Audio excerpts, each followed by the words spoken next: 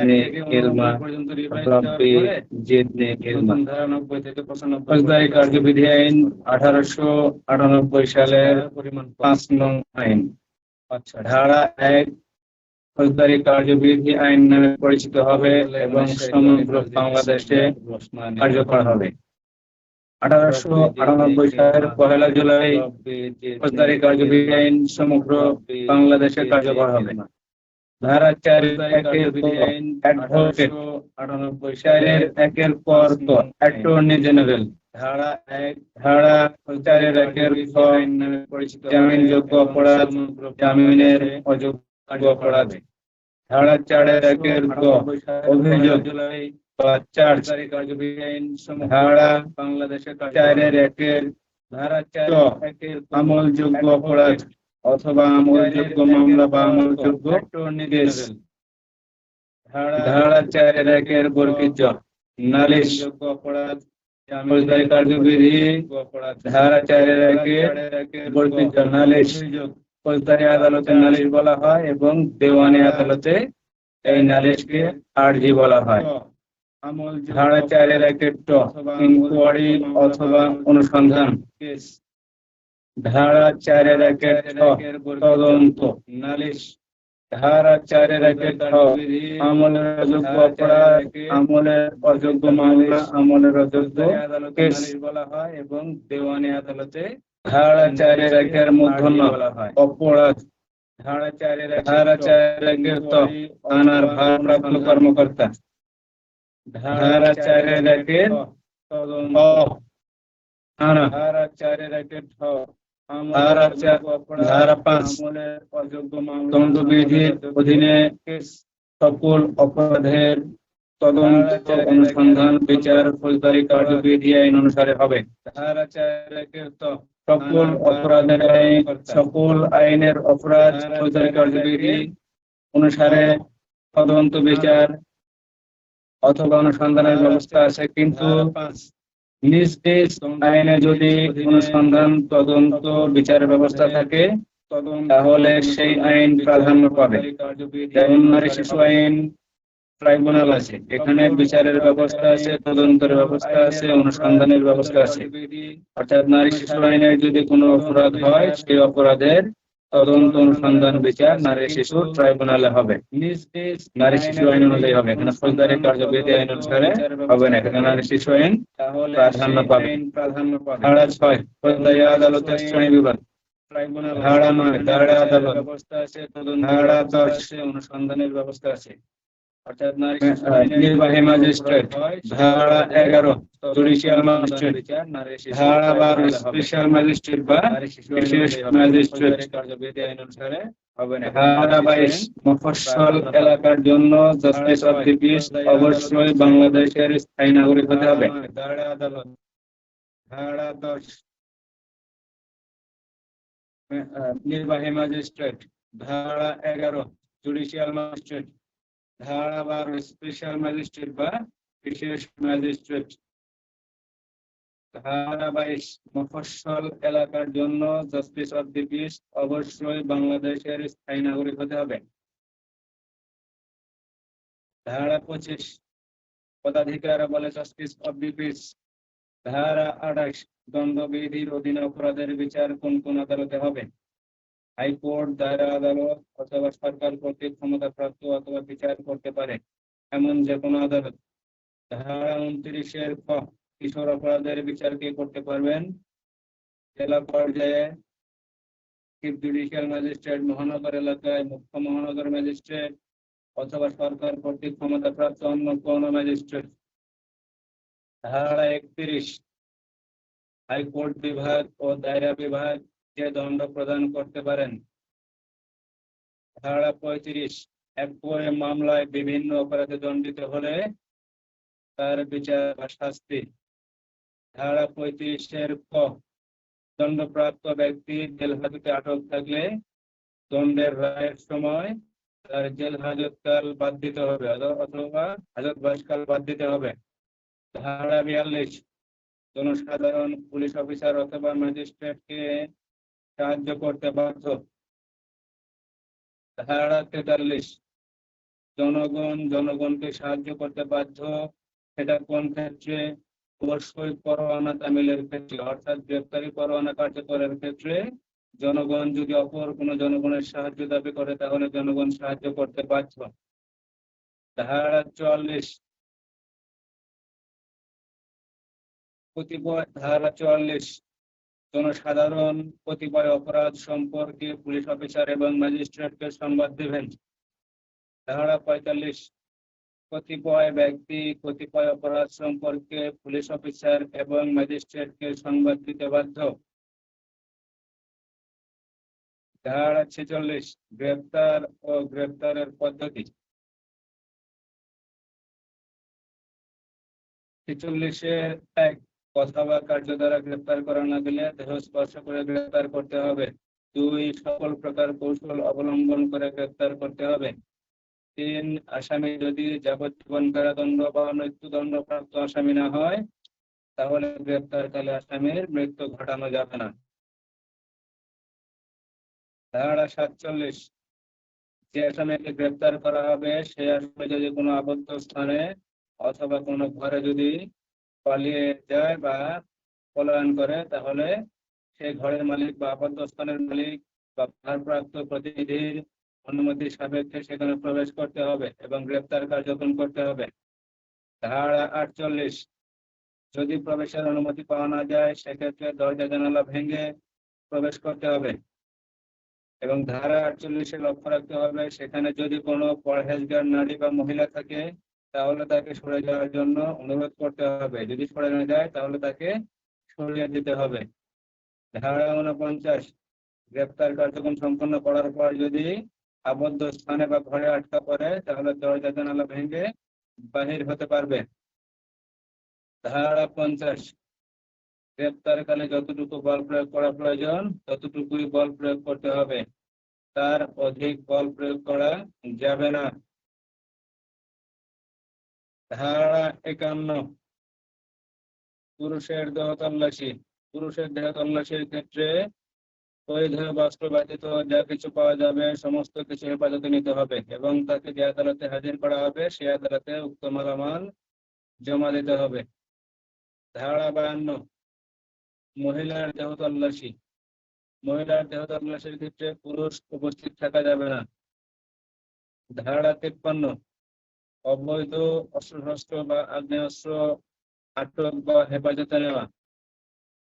যদি কোনো ব্যক্তির দেহ তল্লাশি করার পর কোনো অবৈধ অস্ত্রশস্ত্র পাওয়া যায়, আগ্নেয়াস্ত্র পাওয়া যায় তাহলে তা হেফাজতে নিতে হবে অথবা আটক করতে হবে এবং আসামিকে যে আদালতে হাজির করা হবে সেই আদালতে অবৈধ অস্ত্র বা আগ্নেয়াস্ত্র হাজির করতে হবে। ধারা 54 বিনা পরোয়ানায় গ্রেপ্তার। ধারা 55 থানার অফিসার ইনচার্জ 3 শ্রেণীর ব্যক্তিকে গ্রেপ্তার করতে পারেন। ধারা 56 অধস্তন অফিসার দ্বারা গ্রেপ্তার কার্যক্রম সম্পন্ন করা যেতে পারে। ধারা 57 নাম ঠিকানা জানাতে অস্বীকৃত ব্যক্তিকে গ্রেপ্তার করা যায়। ধারা 58 গ্রেপ্তারকালে সারা বাংলাদেশ অনুসরণ করা যাবে। ধারা 59 জনসাধারণ কর্তৃক আমলযোগ্য অথবা জামিনের অযোগ্য অপরাধীকে গ্রেপ্তার। ধারা 60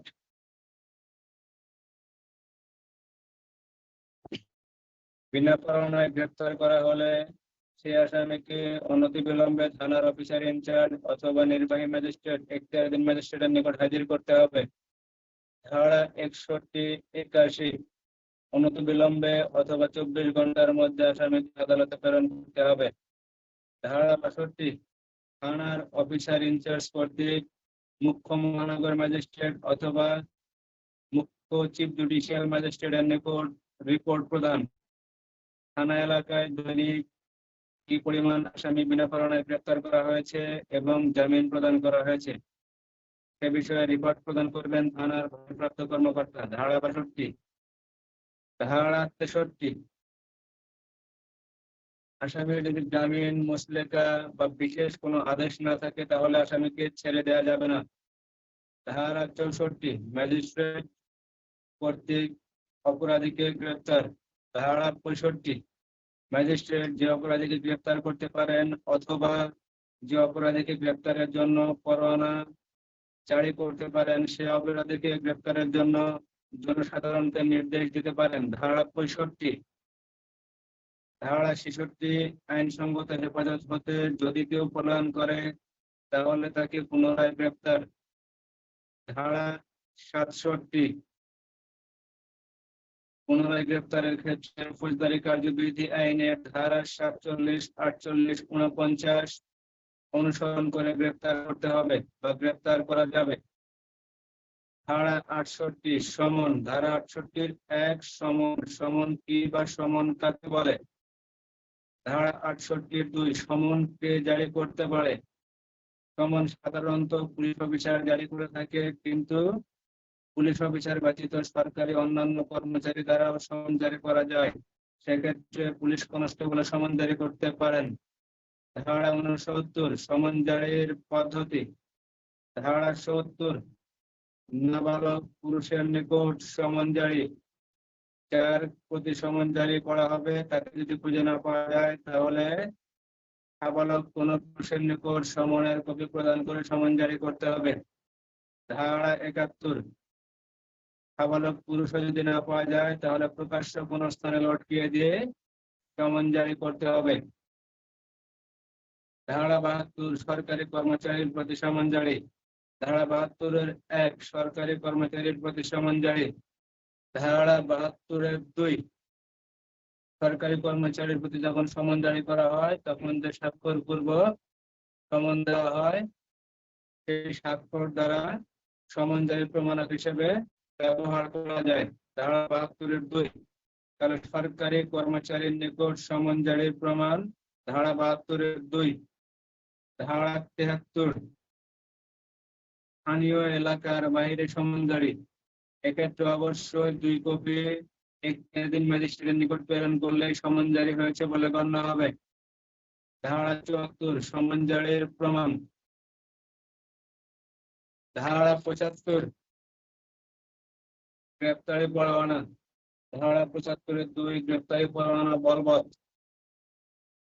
গ্রেপ্তার না হওয়া পর্যন্ত অথবা আদালত কর্তৃক পরোয়ানা বাতিল না করা পর্যন্ত পরোয়ানা বলবৎ থাকবে। ধারা 76, জামিনযোগ্য গ্রেপ্তারি পরোয়ানা। ধারা 77, এক বা একাধিক পুলিশ অফিসার অথবা এক বা একাধিক ব্যক্তির উপর পরোয়ানা নির্দেশিত করা যায়। সেক্ষেত্রে এক বা একাধিক ব্যক্তি এক একজন করে আসামিকে গ্রেপ্তার করতে পারেন অথবা একাধিক ব্যক্তি মিলে একত্রে আসামিকে গ্রেপ্তার করতে পারেন। ধারা 78, জমির মালিক, কৃষক অথবা জমির ম্যানেজার কর্তৃক অপরাধীকে গ্রেপ্তার। ধারা 79, গ্রেপ্তারি পরোয়ানা অধস্তন দ্বারা কার্যকরীকরণ। ধারা 80, যে আসামিকে বা অপরাধীকে গ্রেপ্তার করা হবে তাকে গ্রেপ্তারের সারমর্ম জানাইতে হবে অথবা গ্রেপ্তারি পরোয়ানা তাকে দেখাইতে হবে। ধারা 81, আসামিকে গ্রেপ্তারের পর অবশ্যই অনতিবিলম্বে অথবা 24 ঘন্টার মধ্যে আসামিকে আদালতে হাজির করতে হবে।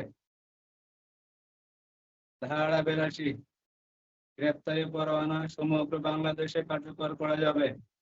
অর্থাৎ গ্রেপ্তারি পরোয়ানা যে অপরাধীর নামে ইস্যু হবে আর যে অফিসার কার্যকরী করবেন তিনি সারা বাংলাদেশের যে কোনো স্থানে গ্রেপ্তারি পরোয়ানা কার্যকরী করতে পারবেন। ধারা 82। ওয়ালাইকুম আসসালাম ফিরোজ ভাই, আলহামদুলিল্লাহ ভালো আছি। ধারা 83, এখতিয়ারের বাহিরে সমন গ্রেপ্তারি পরোয়ানা কার্যকরীকরণ। অর্থাৎ যে আসামির নামে পরোয়ানা ইস্যু করা হয়েছে সে আসামি যদি অন্য কোন ম্যাজিস্ট্রেটের এলাকায় বসবাস করেন বা থাকেন তাহলে সেই ম্যাজিস্ট্রেটের নিকট গ্রেপ্তারি পরোয়ানা প্রেরণ করে কার্যকরী করা যাবে। ধারা 84, পুলিশ অফিসার দ্বারা গ্রেপ্তারি পরোয়ানা কার্যকরীকরণ। আসামি যদি অন্য কোনো এলাকায় থাকে তাহলে পুলিশ অফিসারের নামে পরোয়ানা নির্দেশিত করা যায়। সেক্ষেত্রে পুলিশ অফিসার পরোয়ানা মূলে সেই এলাকায় যাবেন এবং এখতিয়ারধীন এলাকার ম্যাজিস্ট্রেট অথবা থানার ভারপ্রাপ্ত কর্মকর্তার স্বাক্ষর নেবেন পরোয়ানার উপর এবং অনুমোদন নেবেন। 84-2 ম্যাজিস্ট্রেট অথবা থানার ভারপ্রাপ্ত কর্মকর্তা পরোয়ানায় স্বাক্ষর করবেন এবং গ্রেপ্তার করার জন্য অনুমতি দেবেন। সেই সাথে পুলিশ অফিসার স্থানীয় পুলিশ দ্বারা সাহায্য করবেন। ধারা 84-3 পরোয়ানা কার্যকরী করার ক্ষেত্রে পরোয়ানা কার্যকরী অফিসারের যদি মনে হয় থানার ভারপ্রাপ্ত কর্মকর্তা অথবা ম্যাজিস্ট্রেটের নিকট যাইতে সময় লাগবে, সেই সময় আসামি পালিয়ে যেতে পারে বা অন্যত্র চলে যেতে পারে, সেক্ষেত্রে কোন প্রকার রিপোর্ট ছাড়াই তিনি সরাসরি আসামিকে গ্রেপ্তার করতে পারবেন। ধারা 84-3। ধারা 85 আসামি গ্রেপ্তারের পর যদি 20 মাইল দূরে হয় তাহলে এখতিয়ারধীন ম্যাজিস্ট্রেট অথবা পুলিশ অফিসারের নিকট হাজির করলে পরোয়ানা কার্যকরী হয়েছে বলে গণ্য হবে। ধারা 86 আসামিকে ম্যাজিস্ট্রেটের নিকট হাজির করার পর ম্যাজিস্ট্রেট যে পদ্ধতি অনুসরণ করবেন, ম্যাজিস্ট্রেট আসামিকে পরোয়ানা ইস্যুকারী আদালতে ফেরত প্রদান করবেন অথবা আসামিকে যদি জামিন প্রদান করা হয় তাহলে মুসলেকা সম্পাদন করা হয়। মুসলেকাটি অবশ্যই গ্রেপ্তারি পরোয়ানা ইস্যুকারী আদালতে প্রেরণ করবেন। ধারা 87 হুলিয়া ও হুলিয়া জারির পদ্ধতি। আদালত কোন পলাতক আসামিকে নির্দিষ্ট দিন তারিখ ও সময়ে আদালতে হাজির হওয়ার নির্দেশ দিয়ে কমপক্ষে 30 দিনের সময় নিয়ে যে আদেশনামা ইস্যু করেন তাকে ঘোষণা বা হুলিয়া বলে। হুলিয়া জারির পদ্ধতি। 87-2 উক্ত ব্যক্তি যেখানে বসবাস করেন সেখানে প্রকাশ্য স্থানে পাঠ করতে হবে। প্রকাশ্য কোন স্থানে এক কপি লটকিয়ে দিতে হবে। গ আদালত ভবনের প্রকাশ্য কোন স্থানে অথবা বোর্ডে এক কপি টাঙিয়ে দিতে হবে বা লটকিয়ে দিতে হবে। ধারা 87-3 হুলিয়া জারির প্রমাণ। হুলিয়া জারি করা হয়েছে এই বিষয়ে যদি কখনো প্রশ্ন ওঠে যে হুলিয়া জারি করা হয় নাই, আসামি যদি এই ধরনের কোনো প্রশ্ন উঠায় তাহলে আদালত এই বিষয়ে একটি লিখিত বিবৃতি দেবেন যে নির্দিষ্ট দিন তারিখ ও সময়ে এবং যথাযথভাবে হুলিয়া জারি করা হয়েছে, হুলিয়া ইস্যু করা হয়েছে এবং জারি হয়েছে। আদালতের এই লিখিত বিবৃতি হুলিয়া জারির প্রমাণ হিসেবে ব্যবহার করা যাবে। ধারা 87-3। ধারা 88 গতকালকের পড়া। ধারা 88-তে কোনো সমস্যা আছে?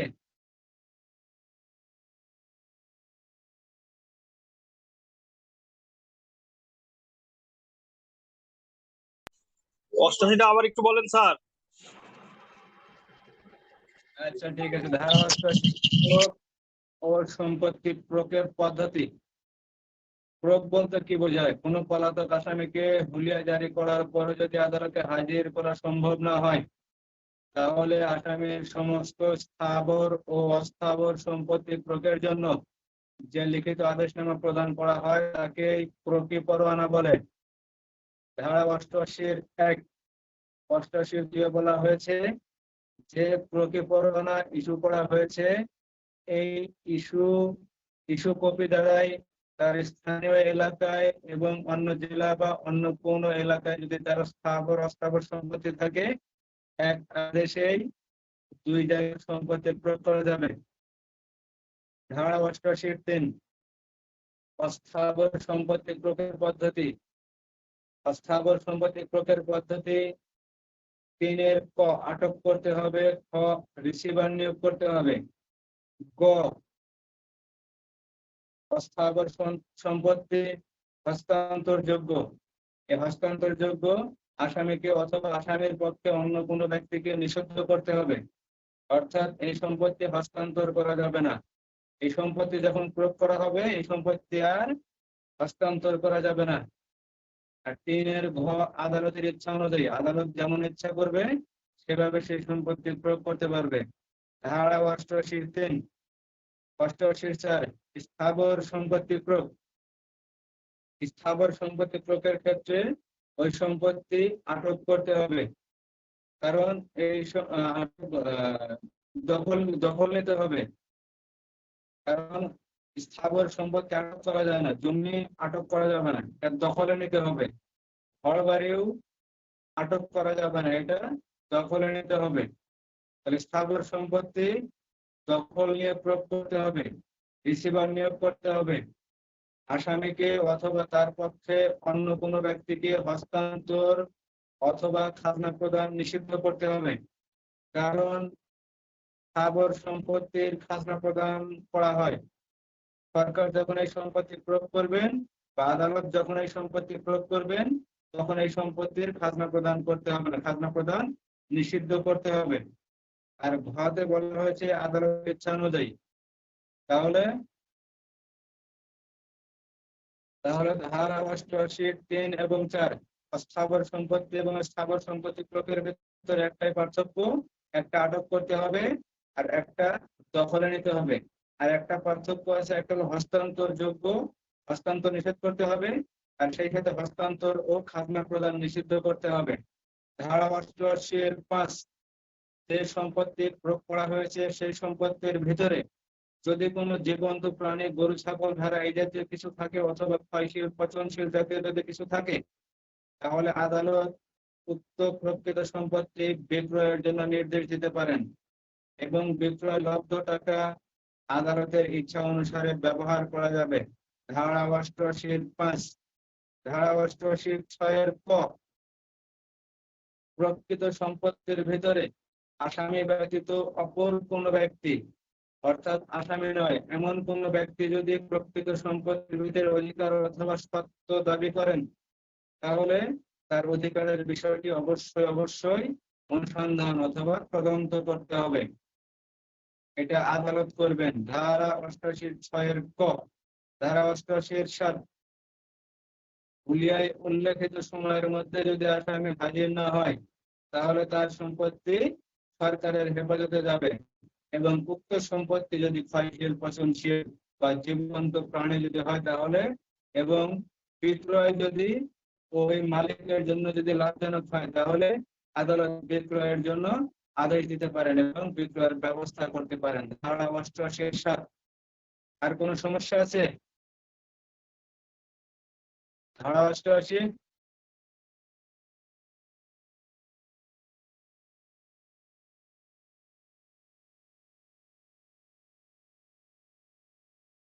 ধারা 89।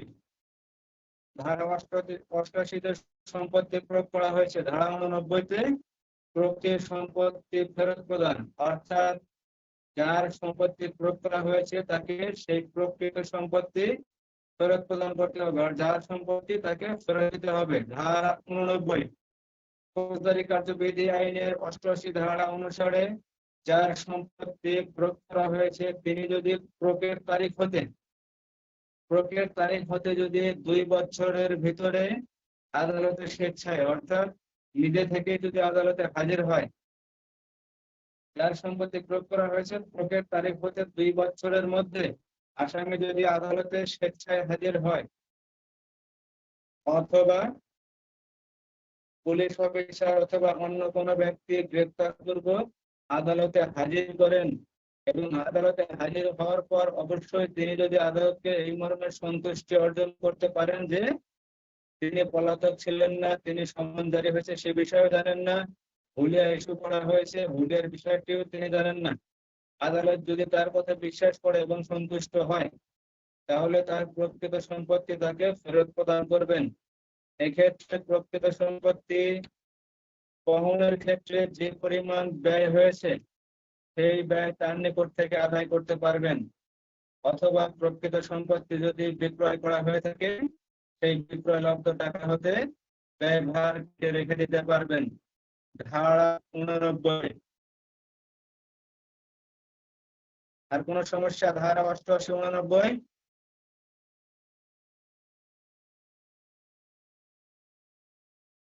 কথা বলেন, মিউট করা আছে, সমস্যা নয়, কথা বলা যাবে। না স্যার, সমস্যা নাই স্যার, সামনে আগেও যান। তাহলে আজকে নতুন পড়া ধারা 90 থেকে 95 পর্যন্ত আজকে ইনশাআল্লাহ পড়বো।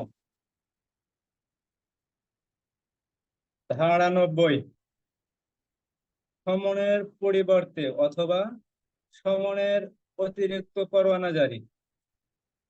খুবই সাধারণভাবে বোঝাবো, খুবই সাধারণভাবে নেবেন, ঠিক আছে? সমনের পরিবর্তে পরোয়ানা জারি অথবা সমনের অতিরিক্ত পরোয়ানা জারি। সাধারণ কথা হলো, আমরা যখন ডিউটি যাই দেখা যায় অনেক সময় আমাদের নাম থাকে, হঠাৎ করে দেখা যায় একজনের ইমার্জেন্সি, তার পরিবর্তে অন্যজনকে দেওয়া হয়। ঠিক সেম সেম জিনিসটা, সমনের পরিবর্তে গ্রেপ্তারি পরোয়ানা। মানে মনে করেন যে রাকিবের পরিবর্তে রকিকে দিল, ঠিক আছে, জাস্ট এই বই। আর যদি অতিরিক্ত হয় সেক্ষেত্রে রাকিব রকি দুইজনই যাবে। বোঝা যায় কথা? ধারা 90, কোন ব্যক্তিকে নিম্নলিখিত কারণে গ্রেপ্তারের জন্য পরোয়ানা জারি করতে পারেন। ধারা 90 ক, সমন ইস্যুর পূর্বে, মানে সমন এখনো ইস্যু করা হয় নাই, এরূপ ক্ষেত্রে আদালত যদি মনে করেন তাহলে পরোয়ানা জারি করতে পারেন। অথবা সমন ইস্যুর পরে আদালত যদি মনে করেন আসামি পলাতক আছে, আসামিকে পাওয়া যাবে না, আসামিকে সমন জারি করা যাবে না, সেক্ষেত্রে সমনের পরিবর্তে পরোয়ানা জারি করা যেতে পারে। তাহলে পরোয়ানা কয় ক্ষেত্রে জারি করা যেতে পারে? দুই ক্ষেত্রে, সমনের পরিবর্তে অথবা সমনের অতিরিক্ত হিসাবে সমনে জারি করা যায়, সাথে পরোয়ানা ইস্যু করা যায়। ধারা 90 ক, সমন ইস্যুর পূর্বে অথবা পরে আদালত যদি মনে করেন আসামি পলাতক আছে, সেক্ষেত্রে সমন জারি করা সম্ভব হবে না, তখন আদালত চাইলে গ্রেপ্তারি পরোয়ানা ইস্যু করতে পারেন। ধারা 90 ক। ধারা 90 খ, সমন সঠিক সময়ে জারি হয়েছে, সমন ইস্যু করা হয়েছে এবং সমন সঠিক সময়ে জারি করা হয়েছে, আদালতে হাজির হওয়ার জন্য পর্যাপ্ত সময় ছিল, কিন্তু আসামি আদালতে হাজির হয় নাই, সেই ক্ষেত্রে আসামি যুক্তিসঙ্গত কোনো কারণ দর্শায় নাই বা প্রদর্শন করে নাই, সেক্ষেত্রে সমনের অতিরিক্ত হিসেবে পরোয়ানা জারি করা যেতে পারে। তাহলে ধারা 90, সমনের পরিবর্তে অথবা সমনের অতিরিক্ত গ্রেপ্তারি পরোয়ানা জারি করুন বা ইস্যু। ধারা 90 ক, সমন ইস্যুর পূর্বে অথবা পরে, মানে সমন ইস্যু করা হয়েছে অথবা ইস্যু করা হয় নাই, এমন সময় আদালত যদি মনে করেন যে আসামি পলাতক আছে, তার নিকট সমন জারি করা সম্ভব না, সেই ক্ষেত্রে আদালত সমনের পরিবর্তে গ্রেপ্তারি পরোয়ানা জারি করতে পারেন বা ইস্যু করতে পারেন। ধারা 90 ক। ধারা 90 খ, সমন ইস্যু করা হয়েছে এবং সমন সঠিক সময়ে সঠিকভাবে আসামির কাছে জারি করা হয়েছে, কিন্তু আসামি হাজির হওয়ার জন্য পর্যাপ্ত সময় পাওয়ার পরেও আদালতে হাজির হয় নাই এবং সে কি কারণে হাজির হয় নাই সে ব্যাখ্যা সে প্রদর্শন করে নাই, তাহলে আদালত সেক্ষেত্রে সমনের অতিরিক্ত হিসাবে গ্রেপ্তারি পরোয়ানা ইস্যু করতে পারেন। ধারা 90 খ। বোঝা গেল?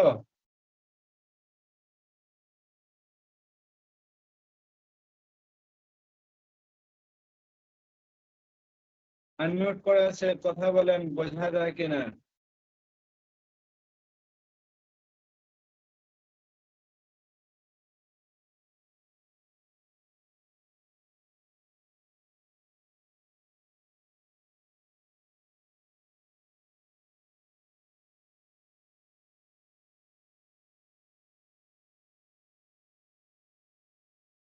ওকে, আনমিউট করে আছে, এখন কথা বলেন, মিউট করে আছে। স্যার আপনি যে বললেন 90 ধারাতে সমনের পরিবর্তে অথবা সমনের অতিরিক্ত পরোয়ানা জারি, কিন্তু আপনি তো যখন পড়াইলেন তখন বললেন যে সমন দেওয়ার পূর্বে অথবা সমন দেওয়ার পরে যদি ওই ব্যক্তি কিন্তু আহ, সমন দেওয়ার পূর্বে আদালত যদি মনে করেন যে আসামি পলাতক আছে, সেক্ষেত্রে গ্রেপ্তারি পরোয়ানা জারি করতে পারেন। অথবা গ্রেপ্তারি সমন দেওয়ার পরোয়ানা নাকি পরে, সমন স্যার এটাই আমি জানতে চাচ্ছি গ্রেপ্তারি পরোয়ানা কথা তো বইয়ে উল্লেখ নেই, বইয়ে উল্লেখ আছে স্যার সমনের অতিরিক্ত পরোয়ানা ইস্যু করতে পারে। অতিরিক্ত পরোয়ানাটাই গ্রেপ্তারি পরোয়ানা। ও আচ্ছা, ঠিক আছে। বুঝতে পারছেন? জি স্যার। সমন যখনই শুধু লেখা থাকবে পরোয়ানা, যদি কোথাও লেখা থাকে শুধু পরোয়ানা, তাহলে মনে করবেন সেটা গ্রেপ্তারি পরোয়ানা। আর যদি লেখা থাকে প্রক্রি পরোয়ানা, লেখা থাকে তল্লাশি পরোয়ানা, আরো বিভিন্ন 9-10 রকমের পরোয়ানা আছে, এরকম যদি লেখা থাকে তাহলে মনে করবেন ওইগুলা আলাদা আলাদা পরোয়ানা। আর যদি লেখা থাকে শুধু পরোয়ানা, তাহলে মনে করবেন বেশিরভাগ ক্ষেত্রে গ্রেপ্তারি পরোয়ানা। আর এখানে পড়ার একটা সিস্টেম আছে, একটা ধারা আছে। আপনি একটা জিনিস পড়ে আসার পরে ওই সিরিয়াল পরে দেখবেন যে কোন ধারাটা পরে সমনের পরে গ্রেপ্তারি পরোয়ানা। কথা বুঝতে পারছেন? জি স্যার। সমনের পরে গ্রেপ্তারি পরোয়ানা, গ্রেপ্তারি পরোয়ানার পরে হলো আপনার হুলিয়া, হুলিয়ার পরে প্রক্রি পরোয়ানা। জি স্যার। সবকিছুর পড়ার সিরিয়াল আছে, ধারা আছে, সব সিরিয়াল অনুযায়ী চলে। হুম। ঠিক আছে, বোঝা গেল? জি স্যার। আর ধারা 90-এর পথে সমন ইস্যুর পূর্বে অথবা পরে আদালত যদি মনে করেন আসামি পলাতক আছে, তার কাছে সমন জারি করা সম্ভব না, তাহলে সেক্ষেত্রে সমনের পরিবর্তে সমন ইস্যু করেই আদালত পরোয়ানা জারি করতে পারেন বা ইস্যু করতে পারেন। আর ধারা 90-এর খ, সমন ইস্যু করাও হয়েছে, সমন সঠিক সময়ে জারি করাও হয়েছে, আসামি আদালতে হাজির হওয়ার জন্য পর্যাপ্ত সময় পাইছে, কিন্তু আদালতে হাজির হয় নাই। সে কি কারণে হাজির হয় নাই সে বিষয়ে যুক্তিসঙ্গত কোনো কারণ প্রদর্শন করে নাই, সেক্ষেত্রে আদালত সমনের অতিরিক্ত, এখানে সমনজারি হইলেই একটু সমনজারির পরও আদালত গ্রেপ্তারি পরোয়ানা বা পরোয়ানা জারি করতে পারেন বা ইস্যু করতে পারেন। ধারা 90-এর খ। আর কোনো সমস্যা?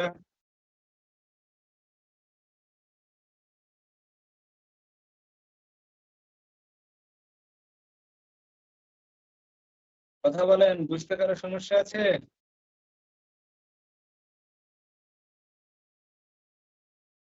ধারা 90।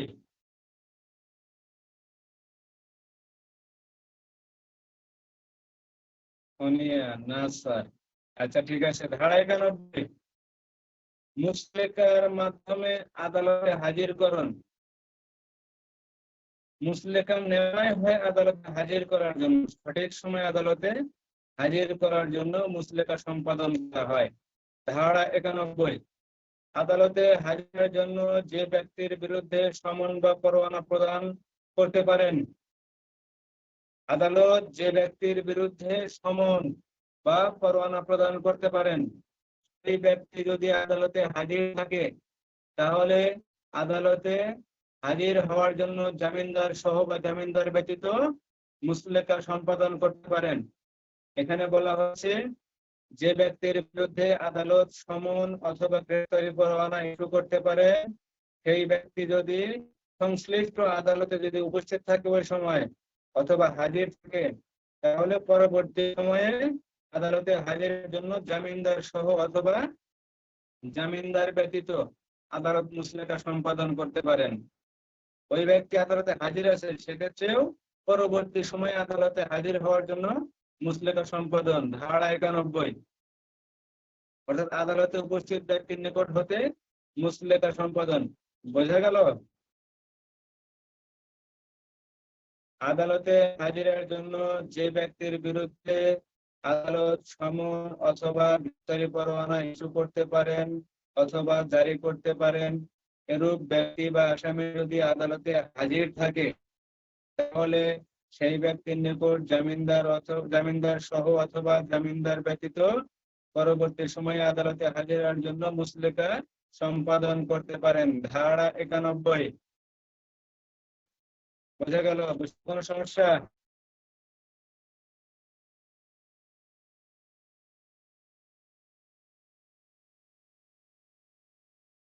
কথা বলেন, কথা বললে আমার জন্য সুবিধা হয়।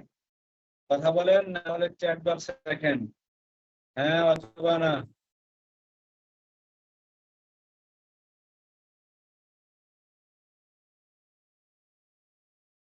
এটা ভাষ্যের ভিতরে বোঝা আছে। উনি হাজির আছে, উনি কিভাবে হাজির আছে, আদালতে কিভাবে হাজির হইলো, এই বিষয়ে কোনো প্রশ্ন উত্থাপন করা যাবে না। কথা বোঝা গেল? উনি আদালতে হাজির থাকবে এরকম কোনো কথা নাই, কিন্তু উনি যদি হাজির থাকে এই বিষয়ে কোনো প্রশ্ন তোলা যাবে না। উনি যদি হাজির থাকে ভালো, যদি হাজির না থাকে তার কাছে সমন বা পরোয়ানা প্রেরণ করে তাকে মুসলেকা সম্পাদন করা যাবে। আর যদি আদালতে হাজির থাকে তাহলে হাজির থাকা অবস্থায় জামিনদার সহ অথবা জামিনদার ব্যতীত মুসলেকা সম্পাদন করা যাবে। ধারা 91। যদি কারো কাছে ভাষ্য থাকে ভাষ্য তো দেখে নেবেন। উনি আদালতে কিভাবে হাজির আছে এই বিষয়ে কোনো প্রশ্ন উত্থাপন করা যাবে না, উনি হাজির থাকতেই পারেন। ধারা 91 বোঝা গেল?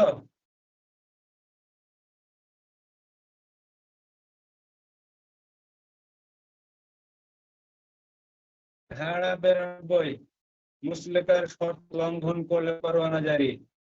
ধারা 91 মুসলেকা সম্পাদন করা হয়েছে, ওই ব্যক্তি যদি কোনোভাবে মুসলেকার শর্ত যদি লঙ্ঘন করে তাহলে আদালত গ্রেপ্তারি পরোয়ানা জারি করতে পারেন। অর্থাৎ ধারা 91-তে মুসলেকা সম্পাদন করা হয়েছে, তিনি সঠিক সময়ে আদালতে হাজির হবেন, কিন্তু ওই ব্যক্তি যদি আদালতে হাজির হইতে ব্যর্থ হয় সেক্ষেত্রে আদালত গ্রেপ্তারি পরোয়ানা জারি করতে পারেন। ধারা 92 বোঝা গেল? খুবই সুন্দর কথা।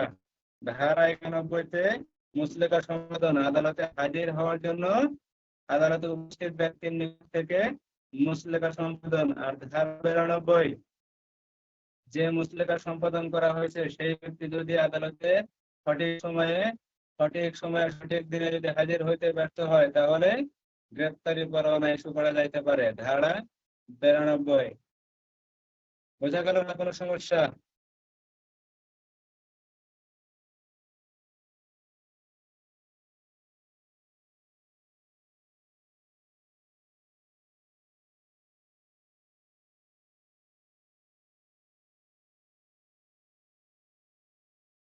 আপনারা যদি একটু দ্রুত লেখেন বা মুখে বলেন তাহলে আমি পরবর্তী ধারায় যাইতে পারবো। সবার জি জন্য স্যার, বুঝতে পারছি স্যার। কারো কোনো সমস্যা?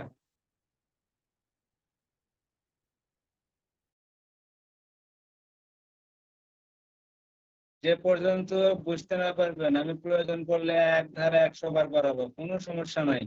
কিন্তু না বুঝে যদি সামনের দিকে চলে যান এই ধারাটা আপনার গ্যাপ পড়ে যাবে যদি বুঝতে না পারেন। পরে আপনাকে মুখস্থ করতে হবে, মুখস্থ এগুলো ধারা সহজে মনে থাকবে না। আপনি যদি বুঝতে না পারেন আমাকে বলবেন, আমি একবারের কাছে 5 বার 5 বার 10 বার বুঝাবো, কোনো সমস্যা নাই। ঠিক আছে? আর আপনি ধারা এমনিতেই বুঝতে পারবেন। এই ধারাটা যখন পরবর্তীতে আবার রিভাইজ করা হবে, দৈনিক রিভাইজ করা হবে তখন এমনিতেই বুঝতে পারবেন, বোঝার কথা না বোঝার কিছু নাই। আর এই পড়া শেষে যদি আপনি 2 বার 3 বার যদি একটু কষ্ট করে লেখেন, সময় 1 ঘন্টা সময় দিলে মনে হয় যথেষ্ট। 1 ঘন্টা সময় নিয়ে যদি একটু কষ্ট করে লেখেন তাহলে মনে করেন যে এই পড়ার জীবনেও ভুলবেন না। কথা বুঝতে পারছেন? একটু কষ্ট করতে হবে, কষ্ট ছাড়া এখন পদোন্নতি পাওয়া সম্ভব না। বসে বসে হাওয়া থেকে ওই হাওয়ায় মিঠাই খেয়ে আর পদোন্নতি পাওয়া সম্ভব না। এখন পদোন্নতি পাইতে গেলে কষ্ট করতে হবে। কথা বোঝা গেল আমার? জি স্যার। শুধু সোনিয়াই বারবার কথা বলে আর কেউ কথা বলে না। সবাই একটু কথা বলেন, সবাই শরীরে একটু ঝাঁকে দেন, একটু উঠে বসেন। যদি শোয়া থাকেন তাহলে একটু উঠে বসেন। আপনাদের তো রাত এখন 10টা 54 বাজে, অনেকের ঘুম ঘুম ভাব। এই জায়গায় আমাদের কষ্ট করে পড়াই, আমার কিন্তু লাভ আছে। আমি যে আমার মনে থাকে না, আপনাদের পড়াইতে পড়াইতে মনে করেন যে এখন আমি মোটামুটি যা পড়তেছি ইনশাল্লাহ আমার সবই মনে থাকে। কথা বুঝতে পারছেন? আপনারা পড়েন কিনা আমি জানি না, আমি বলতে পারবো না, কিন্তু এই যে আমি আপনাদেরকে পড়াই দৈনিক এক ধারা থেকে মনে করেন যে আজকে যেমন আসছি 89 ধারা পর্যন্ত, আগামীকাল ইনশাল্লাহ যাবো 95 ধারা পর্যন্ত।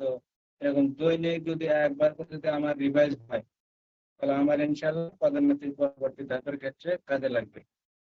কথা বুঝতে পারছেন? আপনারা যদি আমার সাথে একটু কষ্ট করে পড়ে যান, আমি আশা করি যে ইনশাআল্লাহ আপনাদেরও কাজে লাগবে পড়া। পরবর্তী ধারা গেলাম, ধারা 93 ক, বাংলাদেশের বাইরে সমন প্রেরণ। বাংলাদেশের বাইরে সমন জারি করার ক্ষেত্রে অবশ্যই সমনের 2 কপি ডাকযোগে অথবা অন্য কোনো উপায়ে এখতিয়ারাধীন আদালতের হাকিম অথবা ম্যাজিস্ট্রেট বরাবর প্রেরণ করতে হবে। তাহলে আসামি যদি বাংলাদেশের বাইরে অবস্থান করেন, তিনি যেখানে অবস্থান করবেন, যে ম্যাজিস্ট্রেটের এলাকায় অবস্থান করবেন, সেই ম্যাজিস্ট্রেট অথবা আদালতের হাকিম বরাবর সমনের 2 কপি ডাকযোগে অথবা অন্য কোনো উপায়ে প্রেরণ করলে সমন জারি হয়েছে বলে গণ্য হবে। ধারা 93 ক, বাংলাদেশের বাইরে সমন জারি। ধারা 93 খ, একই কথা, বাংলাদেশের বাইরে গ্রেপ্তারি পরোয়ানা প্রেরণ।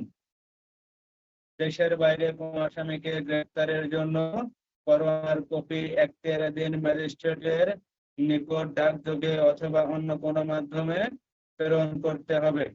ধারা 93 খ, ধারা 93 কতে হলো বাংলাদেশের বাইরে সমন জারি বা সমন প্রেরণ। আর ধারা 93 খ, বাংলাদেশের বাইরে গ্রেপ্তারি পরোয়ানা প্রেরণ। ধারা 93 গ,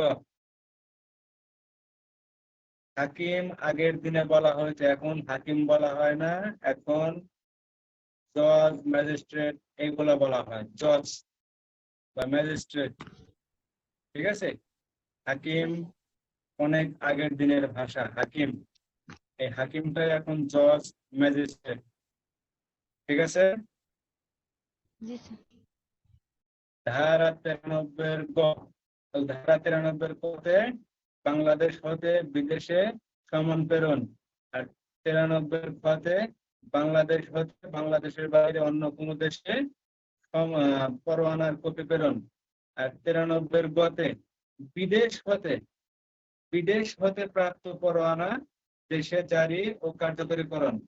অর্থাৎ বিদেশে কোনো আসামি যদি বাংলাদেশে অবস্থান করে, সেই ক্ষেত্রে বিদেশ হতে যদি কোনো পরোয়ানা বাংলাদেশে আসে, তাহলে বাংলাদেশে আদালত সেই পরোয়ানা বিধি মোতাবেক কার্যকরী ব্যবস্থা গ্রহণ করবেন। অর্থাৎ বিদেশ হতে প্রাপ্ত পরোয়ানা বাংলাদেশের আইনে যেভাবে কার্যকরী করার কথা, সেভাবেই বাংলাদেশের আদালত ওই পরোয়ানা কার্যকর করবেন। ধারা 93 বইয়ের 1 আর 93 বইয়ের 2-তে বলা হয়েছে, যখন গ্রেপ্তারি পরোয়ানা কার্যকরী হয়, তখন ফৌজদারি কার্যবিধি 85 ও 86 ধারা অনুসারে ব্যবস্থা গ্রহণ করতে হবে। 85 ধারায় কি বলা হয়েছে? 20 মাইল দূরের কথা বলা হয়েছে। আর 86 ধারায় 20 মাইল দূরের আসামিকে যখন ম্যাজিস্ট্রেট বা পুলিশ সুপার বা পুলিশ কমিশনারের নিকট রেখে আসা হয়, তারপর তারা যে ব্যবস্থা গ্রহণ করবেন সেই বিষয়ে ধারা এটিতে বর্ণনা করা হয়েছে। ধারা 93 ক, বাংলাদেশের বাইরে সমন প্রেরণ। 93 ক, বাংলাদেশের বাইরে গ্রেপ্তারি পরোয়ানা প্রেরণ। আর 93 গতে বলা হয়েছে, বিদেশ হতে প্রাপ্ত পরোয়ানা বাংলাদেশে জারিকরণ বা কার্যকরীকরণ। ধারা 93 গ, ধারা 94, ধারা 93 কথা বোঝা গেল? জি স্যার। জি স্যার। সবাই একটু করবেন, করে পড়া শেষে পড়ার দরকার নেই, সকালবেলা একটু করবেন, তাহলে ইনশাল্লাহ ক্লিয়ার হবে। ধারা 94, দলিল বা অন্য জিনিস দাখিল করার জন্য সমন বা লিখিত আদেশ প্রদান। ধারা 94 1, যখন কোনো আদালত বা থানার ভারপ্রাপ্ত কর্মকর্তা অনুসন্ধান, তদন্ত বা বিচার কার্যক্রম পরিচালনার সময় কোনো দলিল, পার্সেল বা বস্তু প্রয়োজন হলে এবং যে ব্যক্তির নিকট উক্ত দলিল, পার্সেল বা বস্তু আছে, তাকে আদালত লিখিত আদেশ বা সমন উল্লেখিত সময় ও স্থানে হাজির করার জন্য নির্দেশ দিতে পারে। অর্থাৎ আদালত কর্তৃক অথবা থানার ভারপ্রাপ্ত কর্মকর্তা কর্তৃক কোনো মামলার অনুসন্ধান, তদন্ত বা বিচার কার্যক্রম অবস্থায় যদি মনে হয় এই মামলা সংশ্লিষ্ট কোনো তথ্য, দলিল, পার্সেল বা কোনো বস্তু কোনো ব্যক্তির নিকট আছে, তাহলে এই মামলা সংশ্লিষ্ট তথ্য বস্তু যদি আদালতের প্রয়োজন হয়, তাহলে আদালত ওই ব্যক্তিকে নির্দিষ্ট কোনো জায়গায় এবং স্থানে নির্দিষ্ট কোনো সময়ে হাজির করার জন্য নির্দেশ দিতে পারেন। ধারা 94 বোঝা গেল? মামলা সংশ্লিষ্ট কোনো তথ্য যদি কোনো ব্যক্তির নিকট থাকে, সেই তথ্য হাজির করার জন্য আদালত অথবা থানার ভারপ্রাপ্ত কর্মকর্তা সমন অথবা লিখিত আদেশ দিতে পারেন। ধারা 94 শর্ত: ব্যাংকার বুক সাক্ষ্য আইন অনুযায়ী কোনো ব্যাংকের নিকট রক্ষিত দলিল বা হিসাব নিম্নলিখিত ক্ষেত্র ব্যতীত দাখিলের আদেশ দিবেন না। অর্থাৎ ব্যাংকার বুক সাক্ষ্য আইন অনুযায়ী যদি কোনো দলিল, ব্যাংকের নিকট রক্ষিত কোনো দলিল বা হিসাবের প্রয়োজন হয়, দুইটি ক্ষেত্র ব্যতীত ওই দলিল বা হিসাব চাওয়া যাবে না। ক, দণ্ডবিধির কিছু অপরাধের ক্ষেত্রে দায়রা জজের লিখিত পূর্ব অনুমতি নিতে হবে। অর্থাৎ যে মামলার বিচার কার্য চলমান, সেই মামলা যদি দণ্ডবিধির অপরাধ হয়, সেক্ষেত্রে দায়রা জজের পূর্ব অনুমতি দিতে হবে এবং অনুমতিটা অবশ্যই লিখিত হতে হবে। লিখিত অনুমতি নিয়ে ব্যাংকার বুক সাক্ষ্য আইন অনুযায়ী ব্যাংকের নিকট রক্ষিত কোনো দলিল বা হিসাব চাওয়া যাবে। আর খতে বলা হয়েছে অন্যান্য ক্ষেত্রে হাইকোর্ট বিভাগের অনুমতি নিতে হবে। তাহলে কতে বলা হয়েছে দায়রা আদালতের বা দায়রা জজের লিখিত পূর্ব অনুমতি নিতে হবে।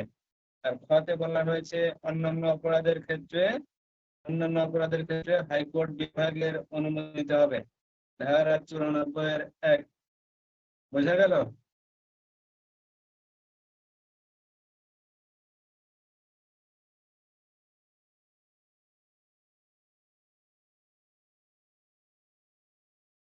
ধারা 94 বোঝা গেল না?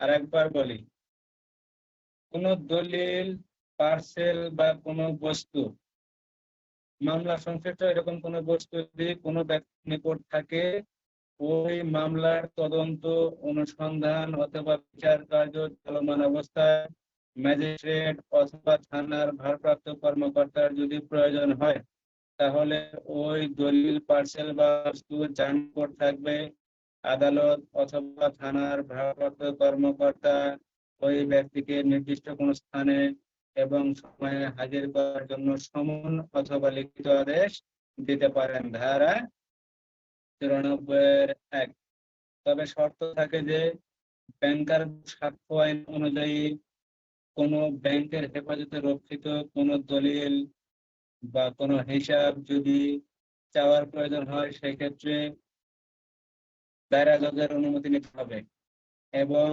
অন্যান্য দণ্ডবিধির অপরাধের ক্ষেত্রে দায়রা জজের অনুমতি নিতে হবে এবং অন্যান্য অপরাধের ক্ষেত্রে হাইকোর্ট বিভাগের অনুমতি নিতে হবে।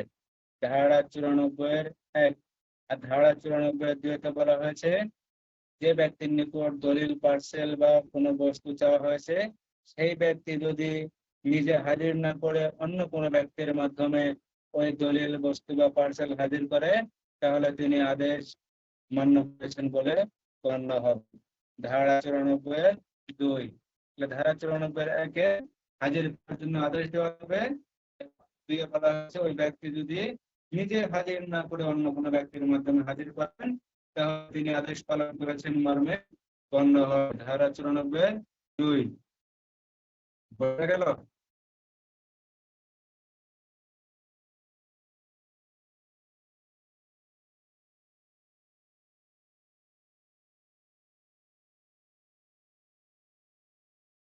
বলেন।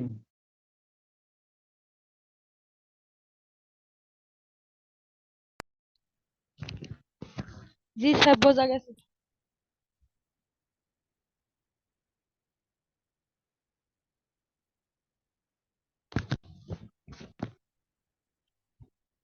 ধারা 95 এটাই লাস্ট ধারা আজকের জন্য। চিঠিপত্র ও টেলিগ্রাম সম্পর্কে লিখিত আদেশ। ধারা 95 কোন জেলা ম্যাজিস্ট্রেট অথবা মহানগর ম্যাজিস্ট্রেট, হাইকোর্ট বা দায়রা আদালতের মতে কোন দলিল, পার্সেল বা বস্তু এই আইন অনুসারে কোন তদন্ত, অনুসন্ধান বা বিচারের জন্য প্রয়োজন হলে ম্যাজিস্ট্রেট বা আদালত ডাক বা টেলিগ্রাম কর্তৃপক্ষকে নির্দিষ্ট কোনো ব্যক্তির নিকট উক্ত দলিল, পার্সেল অর্পণ করার নির্দেশ দিতে পারেন।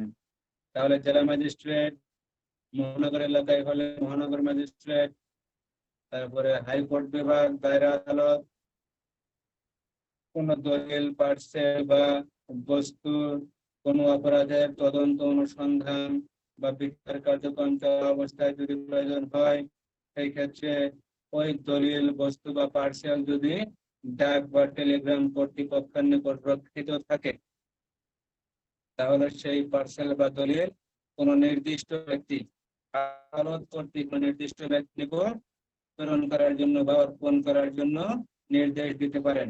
তাহলে এখানে বলা হয়েছে কোন দলিল যদি ডাক বা টেলিগ্রাম কর্তৃপক্ষের নিকট থাকে এবং সেই দলিল, পার্সেল বা বস্তু যদি কোনো মামলা, তদন্তের ক্ষেত্রে, অনুসন্ধানের ক্ষেত্রে বা বিচারের ক্ষেত্রে যদি প্রয়োজন হয়, তাহলে না জেলা ম্যাজিস্ট্রেট সোনিয়া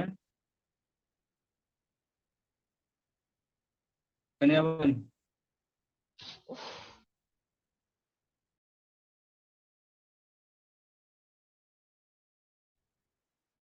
সোনিয়া কিছু বলবেন? স্যার এটা ওই যে কি বলে আপনি স্যার ওই যে 94 এর 3 ধারা স্যার, ওই যে 94 এর 3 উপধারা আছে না স্যার, ওইটা কিন্তু বাদ রাখছিলেন। ওই যে স্যার তিনটা ওই দরকার এই নাই, তিন দরকার নাই, ওই জন্য বাদ রাখছি। ওই যে 123-24 সাক্ষ্য আইনের 123-24 ধারাকে প্রভাবিত করবে না। ওইটা লাগবে না, আচ্ছা জি স্যার। ওভাবে তো ধারা আর পড়ার দরকার নেই, ঠিক আছে? আর জি যেটা স্যার, আর পড়ায় 95টা, সেটাই পড়েন। আর 95 স্যার আপনি বললেন যে এই ডাক পার্সেল যদি মানে কোনো ওই যে টেলিগ্রাম বা কোনো ওই যে কি বলে চিঠিপত্র যদি টেলিগ্রাম বিভাগের কাছে থাকে, তাহলে ওই যে হাইকোর্ট বিভাগ বা জেলা ম্যাজিস্ট্রেট হলে জেলা ম্যাজিস্ট্রেট বা মুখ্য বিচারিক ম্যাজিস্ট্রেট হলে মুখ্য বিচারিক ম্যাজিস্ট্রেটের অনুমতি নেওয়া এই দলিল, পার্সেল, বস্তু এটা হলো বিচারের জন্য এটা নিতে হবে, এরকম কিছু বললেন স্যার, এদের অনুমতি নিতে হবে। মানে এরা যদি কোন মামলার বিচার কার্য চলমান অবস্থায় এই জিনিসগুলোর প্রয়োজন হয়, ঠিক আছে? জি স্যার। জি স্যার। মনে করেন কোন একটা মামলা দায়রা আদালতে, হাইকোর্টে বা জেলা ম্যাজিস্ট্রেট কোর্টে যদি কোনো কিছু বিচার চলমান থাকে এবং এই ক্ষেত্রে এই দলিল, পার্সেল গুলার যদি প্রয়োজন হয় এবং তারা যদি জি বুঝতে পারেন, জানতে পারেন যে এই জিনিসগুলা ডাক বা টেলিগ্রাম কর্তৃপক্ষের নিকট রক্ষিত আছে, তাহলে জি নির্দিষ্ট কোন ব্যক্তির নিকট এই দলিল, পার্সেল বা বস্তু অর্পণ করার জন্য আদালত নির্দেশ দিতে পারেন, ঠিক আছে? জি স্যার। কোন মামলার তদন্ত, অনুসন্ধান বা বিচারের ক্ষেত্রে যদি এগুলো প্রয়োজন হয়, তাহলে জেলা ম্যাজিস্ট্রেট, মহানগর ম্যাজিস্ট্রেট, দায়রা ম্যাজিস্ট্রেট বা হাইকোর্ট বিভাগের ম্যাজিস্ট্রেট, ঠিক আছে, হাইকোর্ট বিভাগ, এরা মনে করেন যে এই দলিল চাইতে পারেন বা পার্সেল চাইতে পারেন তার কাছে, ডাক ডাক বা টেলিগ্রাম কর্তৃপক্ষের নিকট, যাদের কাছে এই জিনিসটা রক্ষিত আছে, ঠিক আছে, তাদের কাছে নির্দিষ্ট কোনো ব্যক্তির নিকট, এটা আদালত কর্তৃক হতে পারে অথবা ডাক বিভাগ কর্তৃক নির্দিষ্ট কোনো ব্যক্তি হতে পারে, ওই ব্যক্তির নিকটে হাজির করার জন্য বা অর্পণ করার জন্য নির্দেশ দিতে পারেন, ঠিক আছে? এখানে নির্দেশ দিতে জি পারেন জেলা ম্যাজিস্ট্রেট, মহানগর ম্যাজিস্ট্রেট, দায়রা আদালত, হাইকোর্ট বিভাগ, এরা দিতে পারেন। এরা ব্যতীত অন্য কোনো ব্যক্তি বা আদালত দিতে পারেন না। কথা বোঝা গেছে? জি স্যার। ধারা 95-1 95 বলা হয়েছে কোন নির্বাহী ম্যাজিস্ট্রেট, পুলিশ কমিশনার বা পুলিশ সুপারের মতে দলিল, বস্তু বা পার্সেল প্রয়োজন হলে আদালতের নির্দেশ সাপেক্ষে ওই আদালতেরই নির্দেশ সাপেক্ষে ডাক বা তার বিভাগ কর্তৃক তল্লাশি পরিচালনা করতে পারেন এবং উক্ত বস্তু আটক করতে পারেন। তাহলে ধারা 95 বলা হয়েছে ওই বস্তু অর্পণ করার জন্য নির্দেশ দিতে পারেন তার 2 এ বলা হয়েছে পুলিশ সুপার, পুলিশ কমিশনার অথবা কোনো নির্বাহী ম্যাজিস্ট্রেট যদি উক্ত বস্তু বা পার্সেল যদি প্রয়োজন হয়, তাহলে আদালতের ওই আদালত, দায়রা আদালত, হাইকোর্ট বিভাগ, জেলা ম্যাজিস্ট্রেট বা মহানগর ম্যাজিস্ট্রেট কর্তৃক নির্দেশ সাপেক্ষে ডাক বা তার টেলিগ্রাম কর্তৃপক্ষকে ওই বস্তু উদ্ধারের জন্য তল্লাশি পরিচালনা করতে পারেন এবং তা যদি পাওয়া যায় আটক করতে পারেন। ধারা 95(2) বুঝা গেল?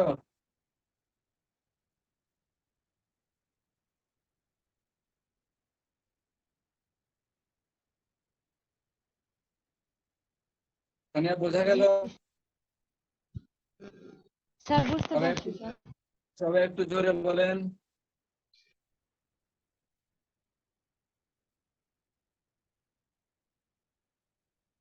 ধারা 95(1) পার্সেল, দলিল বা বস্তু নির্দিষ্ট কোনো ব্যক্তির মাধ্যমে ডাক বা টেলিগ্রাম কর্তৃপক্ষকে অর্পণ করার জন্য নির্দেশ দিতে পারেন।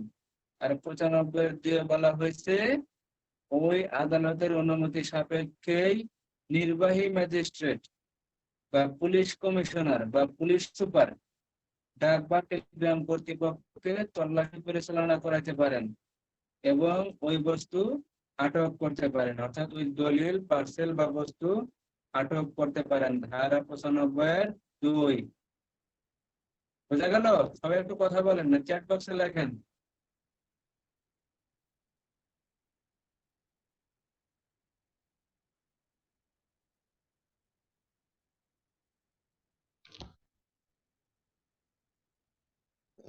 এরিমা কথা শোনা যায়?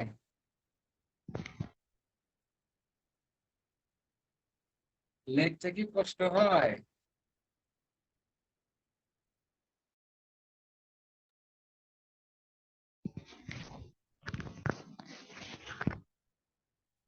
বাসনা আক্তার, বাসনা, বাসনা কোথায়? পাবনা?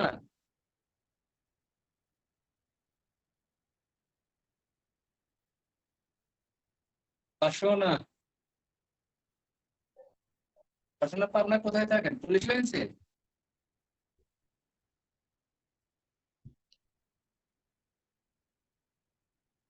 বাসনা কতর ব্যাস?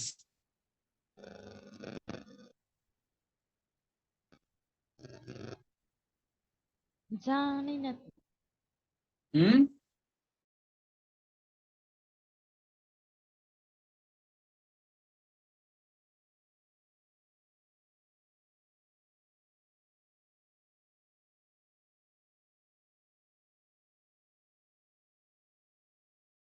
তাহলে ধারা 90 থেকে 95 কোনো ঝামেলা আছে? রিনা খাতুন মনে হয় ঘুমাইছে। ধারা 90 থেকে 95 কোনো ঝামেলা আছে? বুঝতে কারো সমস্যা? বুঝতে সমস্যা হলে নতুন করে আবার মিটিং এ জয়েন করতে হবে। আচ্ছা, আপনারা একটু কষ্ট করে ওই হাতের লেখাগুলো একটু দিতে পারেন না? তাহলে তো একটু দেখা যায় হাতের লেখা আপনারা কিভাবে লেখেন। লেখারও তো একটা বিষয় থাকে। জি স্যার, লিখবো। ঠিক আছে, কিন্তু স্যার আমাদের তো আরো অনেক পড়াই থাকে, কোনটা থেকে যে আমি কোনটা লিখবো এটাই বুঝতে পারি না। আজকের পড়াটা আমাদের স্যার ক্লাসে রিভিশন দেওয়ার চেষ্টা করি। আপনি পাগল হবেন, এই দুনিয়াদারি করলে এত চাপ নিতে পারবেন না। চাপ না স্যার, অন্যান্য প্রশ্নগুলাও লিখি, যেগুলো ওই যে স্যার প্রশ্ন যেগুলা পারি না সেই প্রশ্নগুলো একটু লেখার ট্রাই করি। আবার অন্যান্য স্যার ধারাও পড়ি, আবার আজকের ক্লাসটাও দেখি। স্যার সময়ও তো পাই না, তো সময় স্যার আমাদের পর্যাপ্ত সময় এত নাই। বলে সময় পাবেন কিভাবে? আপনি আমার এদিকে আসেন, ওদিকে আলামিন ভাই ক্লাস করেন। এত পড়তে গেলে তো উম, মাথা নষ্ট হয়ে যাবে, দেখা যাবে যে এদিকেও যাবে ওইদিকেও যাবে। না স্যার, আলামিন স্যারের ক্লাস তো আপনার স্যার ওই আহ, সকালে হয়, আর আপনার 8টা, 8:30 থেকে, রাতে 8:30 থেকে হয়। একটু দেখি, কারণ কি করবো স্যার, স্যারই বলে যে আপনারা এখন 24 ঘন্টার মধ্যে 18 ঘন্টা পড়াশোনা করবেন, চেষ্টা করবেন যত ডিউটি ধুর, করে তার। শোনেন, সারা বছর যদি না পড়েন, এই পরীক্ষার সময় শেষ হয়ে গেছে, কেটে যাবে। এই পরীক্ষার আগে এসে যদি 24 ঘন্টা পড়েন ভাই, এইভাবে কাজ হবে না। আপনি সারা বছর যদি 2 ঘন্টা করে পড়েন, আপনার 365 দিনে ঘন্টা হয় কত? এটা হিসাব করে দেখেন। সময়ের ব্যাস কাছে যে একটা কথা আছে না, সময় এক ফল, অসময়ের 10 ফল। ঠিক আছে, অসময়ে আপনি যতই কাজ করেন হবে না, সময় যদি একটু কাজ করেন ওটাই কাজে লাগবে। আপনি এগুলো করেন না, বিশেষ করে পাবনার ছেলে আরো করে না। না, আমি তো পাবনায় এসছি, আমি তো পাবনায় এসে পাবনার ছেলে